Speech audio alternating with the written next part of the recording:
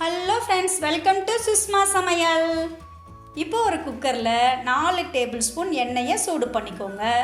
எண்ணெய் சூடானதும் 7 பூண்டு பல்லை இடித்து சேர்த்து 1 நிமிஷத்துக்கு குறைவாக வறுத்துக்கோங்க. இந்த டைமில் 1 இன்ச் அளவுக்கு இஞ்சியையும் இடித்து சேர்த்து நல்லா மிக்ஸ் பண்ணிக்கோங்க. இப்போ இது கூட ஒரு பெரிய வெங்காயம், 10 சின்ன வெங்காயம் சேர்த்துக்கோங்க. இதை நல்லா மிக்ஸ் பண்ணிவிட்டு பொன்னிறமாக வறுத்துக்கோங்க. இப்போது இது கூட 1/2 கிலோ அளவுக்கு மட்டனை சேர்த்துக்கோங்க. நல்லா மிக்ஸ் பண்ணி 5 நிமிஷம் வதக்கிக்கோங்க.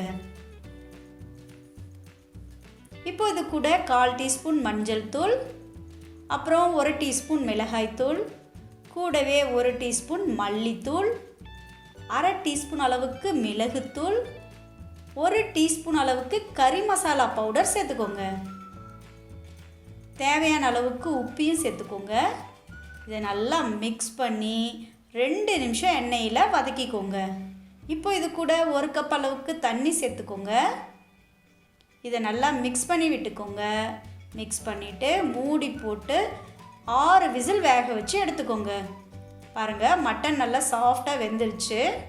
இப்போ ஸ்டவ்வை ஆன் பண்ணிவிட்டு கொஞ்சமாக கருவேப்பிலை போட்டுக்கோங்க. இதை நல்லா மிக்ஸ் பண்ணிவிட்டு அப்படியே குக்கரை ஓப்பனில் வச்சு 5 நிமிஷம் வேக விடுங்க. பாருங்கள், அந்த கிரேவியெல்லாம் நல்லா வற்றி சுக்கா பதத்துக்கு வந்துருச்சு. இப்போ ஸ்டவ்வை சுவிட்ச் ஆஃப் பண்ணிக்கோங்க. இந்த அருமையான மதுரை மட்டன் சுக்காவை இட்லி, தோசை, பரோட்டா, சாதத்தோடு வச்சு சாப்பிட்டிங்கன்னா சும்மா சூப்பராக இருக்குங்க.